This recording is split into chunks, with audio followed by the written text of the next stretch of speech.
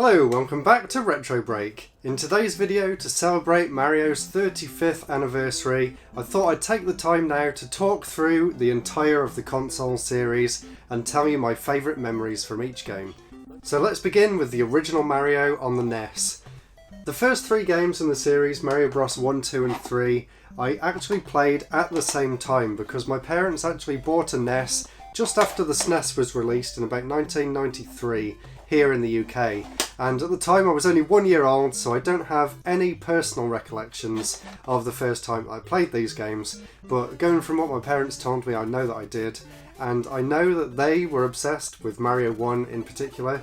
They haven't mentioned Mario 2 and 3 to me, but in Mario 1, apparently they went to bed every night humming the main theme of the game. And what an amazing game it is. It's quite possibly the first game that I ever played in my life.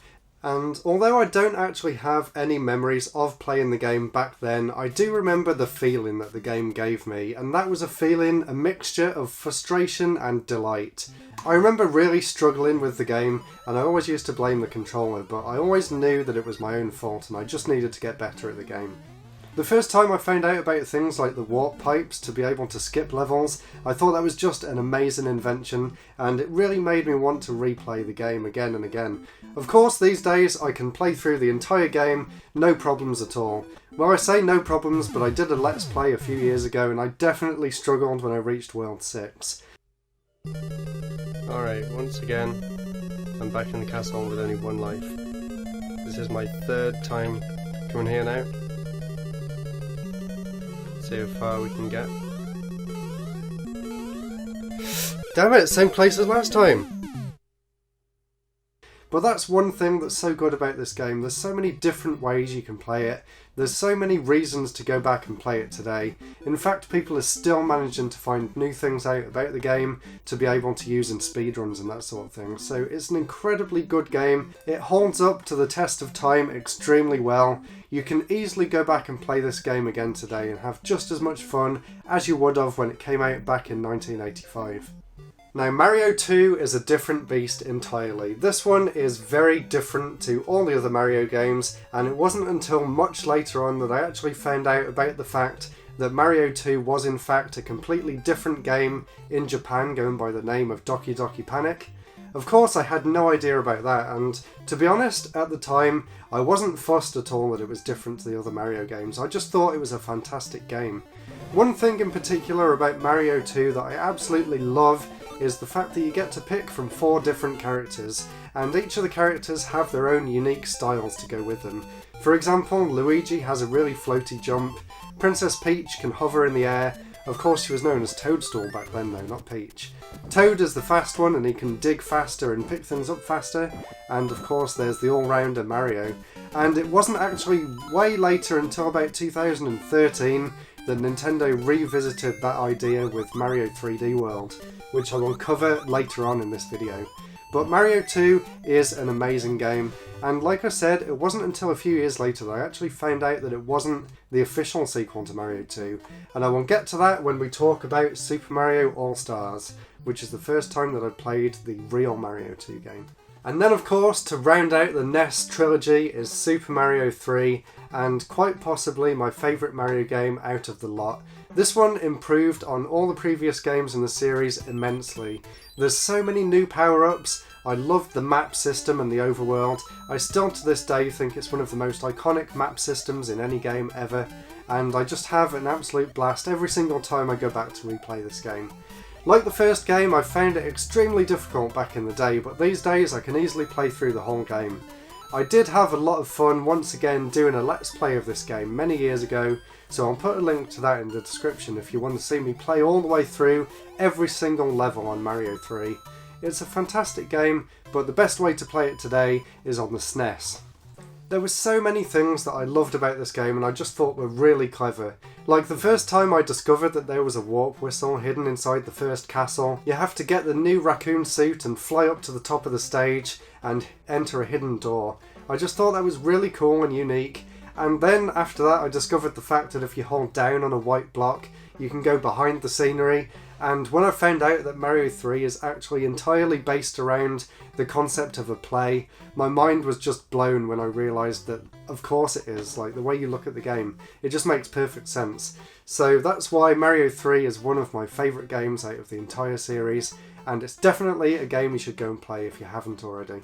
So the next game now is Super Mario World, and the jump to the 16-bit generation couldn't have been more exciting for me. The SNES was the first system that I actually remember getting, and when we got the SNES we actually got the special edition Super Mario All-Stars pack that came with this, but because Mario World came out first, I'm just going to talk about that one and then move on to Super Mario All-Stars. So Super Mario World, in some ways it was a huge step forward, but in other ways, to be honest, I felt like it was a slight step back from Mario 3. It didn't seem quite as challenging as Mario 3, and the power-ups didn't seem quite as exciting to me. But that's not to say that I don't enjoy the game. I think it's a fantastic game. I love things like the inclusion of Yoshi, and the fact that levels now have different exits. I thought that was a really cool and unique idea, and it gave the game a lot of really good replay value as well. And my girlfriend really loves Mario World as well, so we've actually been playing through it together. And I was really hoping to do a Let's Play on it, but unfortunately the video corrupted, so maybe I'll go back and do a Let's Play in the future. But definitely check out Mario World if you haven't already. And it's also available on the Switch now, on the SNES app on the Switch. So if you've got Nintendo Switch Online, you can play this, and I think the first 3 games are on there too on the NES app. So there's no excuse not to play them really. And now, this game means a lot to me. This is Super Mario All-Stars. And like I said, my SNES actually came with this game. There is another version of Mario All-Stars which also includes Super Mario World as well. I do have it down there, but it's not one that I grew up with, so I'm not going to include it in this video. Basically, what Super Mario All-Stars is that it's a collection of the first 3 games on the NES and the unreleased game that I didn't even know about at the time. I just thought it was new for this collection, but there's another game in this set called Mario The Lost Levels, and it actually turns out that that was the true sequel to the original Mario Brothers, which just blew my mind at the time. I had no idea that such a thing existed. So to be able to play an entirely brand new set of 8 worlds of Mario goodness, I could not have been happier, and to be honest, at the time I also really enjoyed the extra challenge. Even though the game is extremely challenging, the game as part of this collection is kind of fair, because when you die it doesn't reset you all the way back to the start of the game, it only resets you back to the start of the world, so it's not that hard to actually play all the way through Mario Lost Levels on the Super Mario All-Stars collection. And the Mario All-Stars collection actually also came out for Mario's 25th anniversary 10 years ago on the Wii. And the other thing that I love before I move on to the next game is the fact that they updated all the graphics to become really nice 16-bit renditions of the original games, and they still look really great today. This, in my opinion, is the perfect game compilation. It upgraded the games just enough to make them feel like they were running well on the modern hardware, but not so much that it ruined the original impact of the games. It really is a perfect middle ground, and it's such a shame that this isn't on the Switch, because this would be the perfect way of introducing people to all of Mario's fantastic 16 and 8-bit entries in the series. So before we move on to Mario 64, I just have to include this because I found a video that I never actually uploaded from way back in 2010 when Super Mario All-Stars for the Wii was first released, and I was actually planning to do an unboxing, but I never actually uploaded it in the end. So enjoy this look at a video from 10 years ago that never got to see the light of day. And if you want to see the entire thing, I'll actually upload it onto my second channel, so it'll be like an almost brand new video from 10 years ago. Hello, Nintendo Wii here. I'm going to do an unboxing video for the new Super Mario Bros. Anniversary Collection that's just come out for the Wii. Just got back from game, and got the new Donkey Kong game, of course. I might do a video about that later, I'm not sure, but there it is. Anyway, this video is about the 25th anniversary Super Mario All-Stars collection.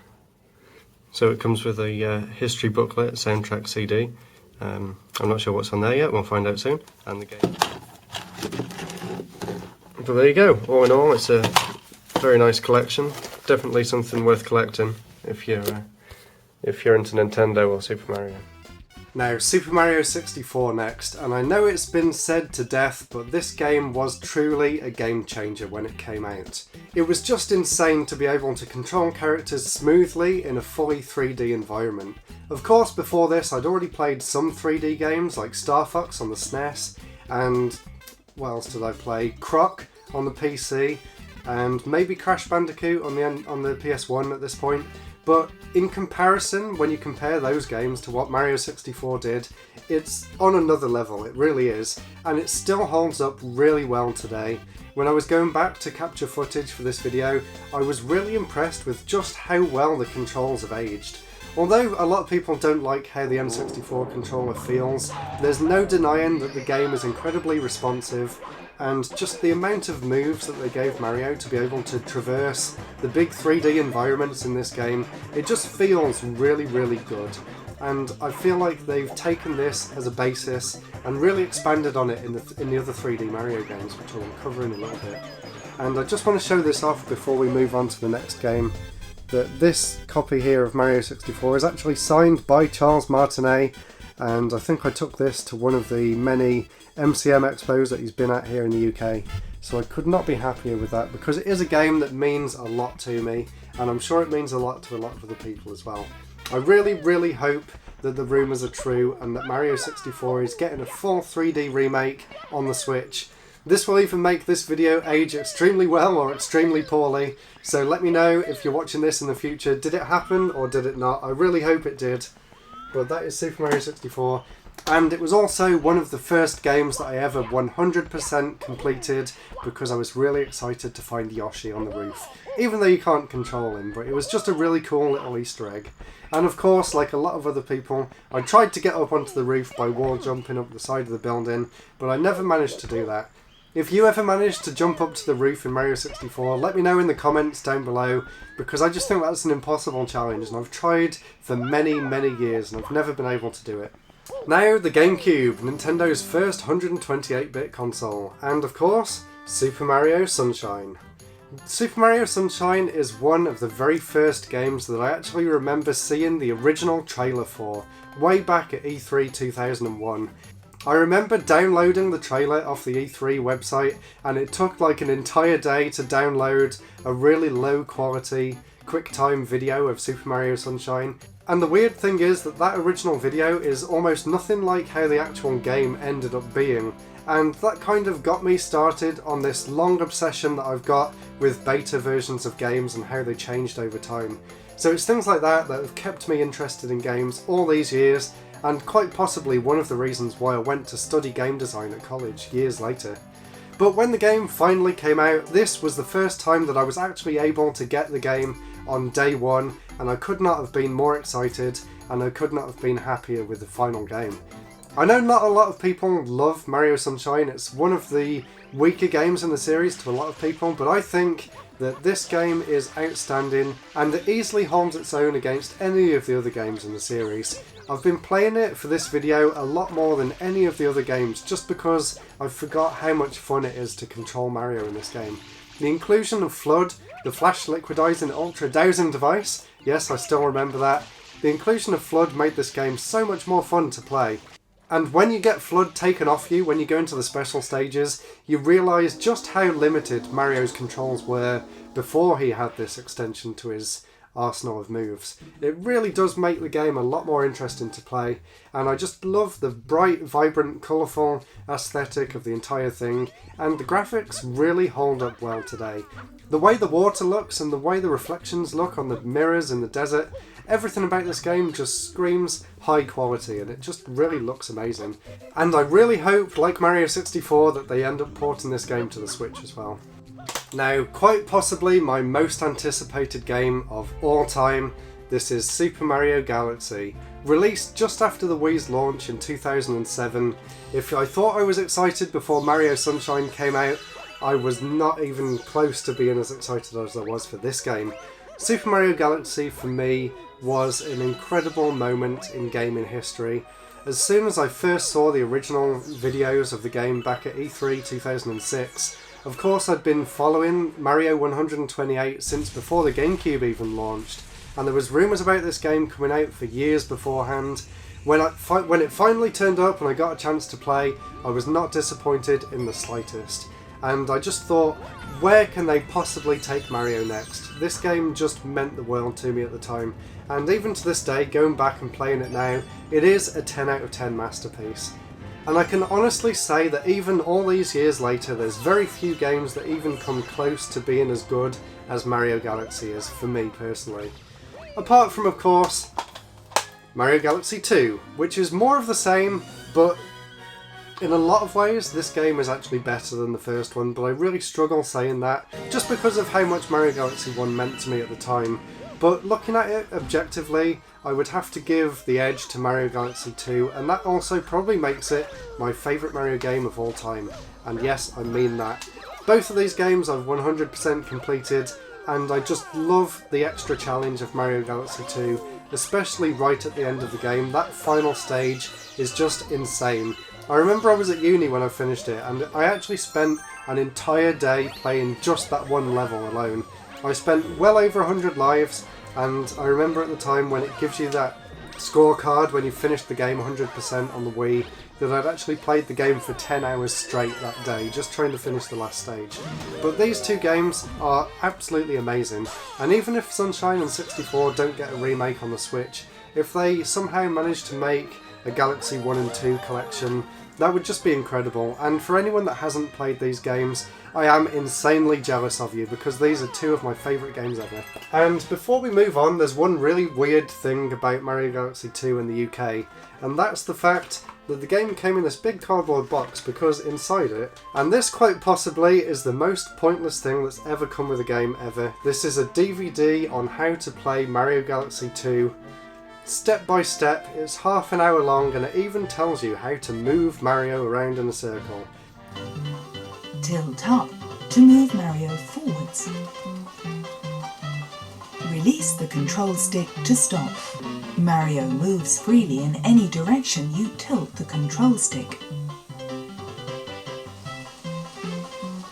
It's honestly hilarious, and I don't know why anyone would want to watch this when you could just boot the game up and figure out things for yourself. It's really not that complicated. But I just always thought that was really strange. And the fact that it actually says in the corner there, warning, do not play this game in a Wii console, play it only in a DVD player. I thought that was so funny at the time. And to be honest, when I recorded the DVD for this video, that's the first time that I've ever watched it, and it's still just as funny today as it was back then to me. Now, I'm not going to be covering the new Super Mario Bros. Series in this video. I might do a separate video on it in the future, because for some reason I kind of classed New Super Mario Bros. Wii as a kind of spin-off game because it started on the DS. So the next game I'm going to talk about is Super Mario 3D World on the Wii U. Of course, this one can also kind of be thought of as a spin-off, but I really enjoyed the game, and this box is also really cool. If you have a look there, he's got a fluffy belly, which I thought was really nice. This is of course the day one version of the game, and I'll always remember that day because it launched on the exact same day as the PlayStation 4. And I went with my friend to the midnight launch of the PS4, and when I got to the counter, I just pointed at the shelf from the distance and said, I don't want a PS4, all I want is Mario 3D World. And he just laughed at me, but he did give me the game. And we actually spent all night playing Mario 3D World, and we didn't touch the PS4 once. So that's kind of funny. But the game itself is fantastic. Of course, it's a sequel to the 3DS game Super Mario 3D Land, but this game improves on things in almost every way. I love the new cat suit power-up, I think it's really fun, and I love the fact that they've brought it back in Mario Maker 2 as well. And the game itself is also up to 4 players, which of course first became a thing on New Super Mario Bros. On the Wii, and I'm really glad that carried forward, because I know a lot of people that may not have played the older single player games started playing this one with their kids, and that's just a really great thing. And the game itself is really great as well, and it's one of the few games that are left on the Wii U that hasn't got a Switch port, so fingers crossed one day a lot more people will get to experience the fantastic game that is Mario 3D World. And the final game now, and this is going to be quite a controversial opinion, but I honestly think that Super Mario Odyssey is one of the weaker games in the series. I see what they were trying to do, they were trying to go back to more of a 64 and Sunshine style gameplay, but the fact that there's just so many moons just littered about everywhere, it kind of ruins the whole idea of the levels being made as sort of platforming challenges like 64 and Sunshine were, so in that sense it's kind of a step back. But apart from that one little gripe I've got about the game, I do still really enjoy it. For one thing, I love the capping mechanics, the fact that you can just transform into all the different enemies and use them to solve puzzles and things. I thought that was a genius idea. I love the different stages, I love the music and the graphics. The only thing that I don't really like is the kind of game loop and the fact that the levels are a bit too open-ended, and the fact that there's just way too many moons to collect. It's kind of telling that this is the only Mario game in the entire series that I have not tried to 100%, and that's saying quite a lot, considering way back on Mario Sunshine I actually went and got every single blue coin in the entire game. But maybe I'll go back and finish it in the future, but for some reason it's not really grabbing me the same as the earlier Mario games were. So there we go guys, that was my memories about all of the mainline Super Mario games. I really hope that Nintendo does release more of them on the Switch coming soon, because I think it would be fantastic for more people to be able to experience some of these absolute classic games and see where some of the more modern games got their inspiration from. So that's it for this episode. Let me know down in the comments below what your favourite Mario game is, whether it's an old school one, or whether it's one of the more modern 3D games, or whether it's one of the spin-offs. That's it for this episode. Thank you all so much for watching. Don't forget to comment, subscribe, check out my Patreon, there's a link in the description, and I'll see you next week for the next episode. Goodbye!